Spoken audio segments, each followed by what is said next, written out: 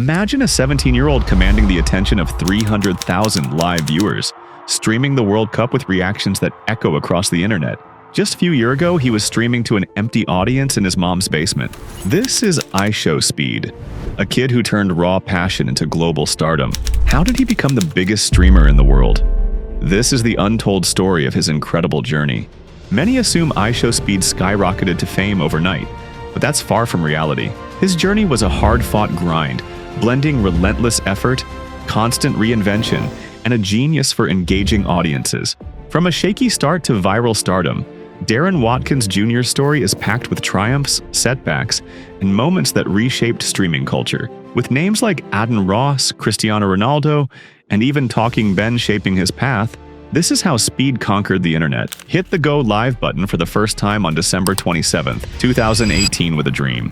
No camera and in 720p, Speed entered the content creator world playing Fortnite. One up. He got RPG, he got RPG.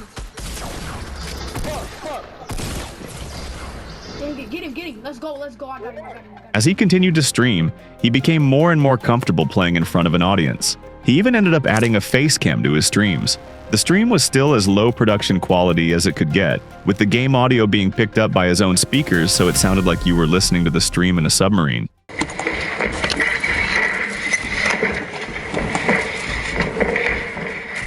It was clear that Speed, like every other aspiring streamer, was trying to steadily make improvements to his streams. But as time went on, it became more and more obvious to everyone that Speed wasn't just another aspiring streamer, but something extraordinary.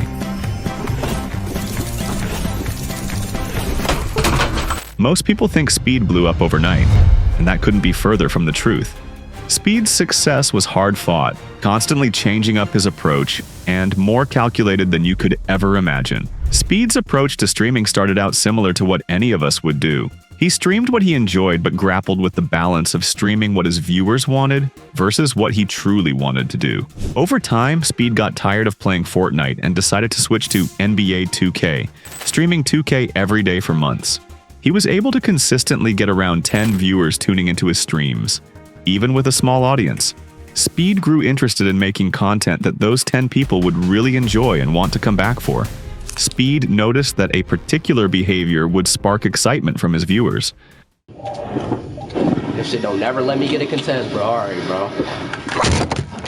When he would rage, the chat became more active, and viewers stuck around for longer, so his content gradually shifted to focus more on what his audience enjoyed. In fact, Speed's Spark community enjoyed his rage moments so much that they began marking timestamps of when he raged during streams, making it easier for others to jump straight to the funniest parts. This eventually grabbed Speed's attention, prompting him to not just continue streaming but also start uploading rage compilation videos. These were among the first uploads on his channel to gain significant views. Following this, Speed ventured into wagers content, where players bet money on the outcome of a game. Naturally, this raised the stakes and made each match more entertaining, keeping viewers engaged for longer periods. In one such video, it seems like he gets scammed by a wager opponent, but his over-the-top reaction ended up being more valuable than any winnings he might have missed out on. Why do I trust that shit, bro? Diving deeper into the NBA scene, Speed aimed to set himself apart from other streamers by selecting a position that most avoided. While playing as a post scorer was generally seen as less thrilling, Speed believed his lively personality could compensate for the slower gameplay and possibly attract an entirely new fan base. As several prominent NBA streamers gradually exited the scene, Speed carved out more space for himself by building a distinct identity as a post scorer. Many top streamers are either extremely talented or incredibly entertaining. Speed managed to be both.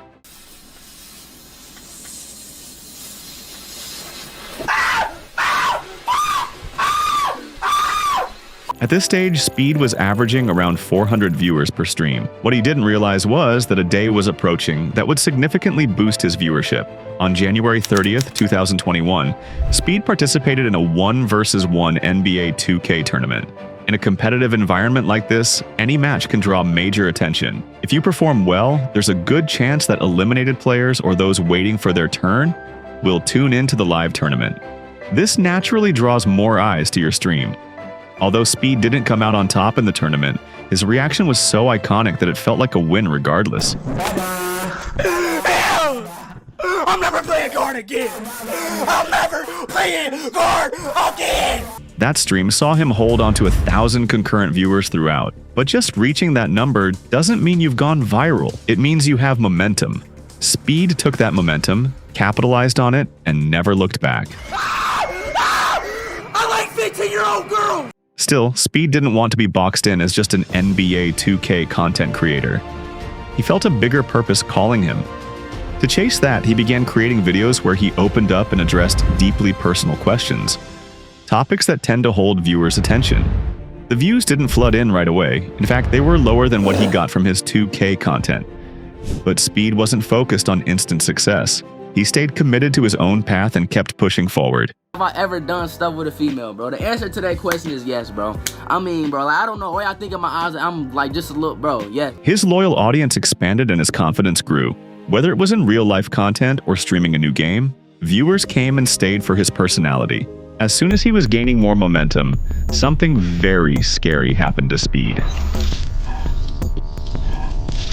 YouTube's discoverability allows for a stream like this to pop off because it may only start with a few thousand viewers, but everyone's interested in someone getting their account hacked. How did it happen? Can they get it back? How do I prevent this from happening to me? These are just a few questions that might pop into your head. So people click on this stream. Compare this to Twitch, where this exact stream would just sit in the 2K category and never go beyond there. Speed eventually does get his account back, and he ends the stream with a speech that connects him to new and old viewers of his channel.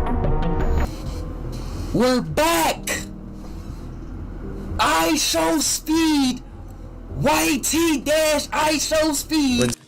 When Speed got close to 400,000 subscribers, he decided to stream his sub growth. But the power being in the viewers' hands now, they realize they can get Speed to rage by unsubscribing right in front of his eyes. If you watch this clip again, you will see that Speed's initial reaction is actually a smile, thinking it's funny that people are doing this. And then he remembers his persona. Like, damn!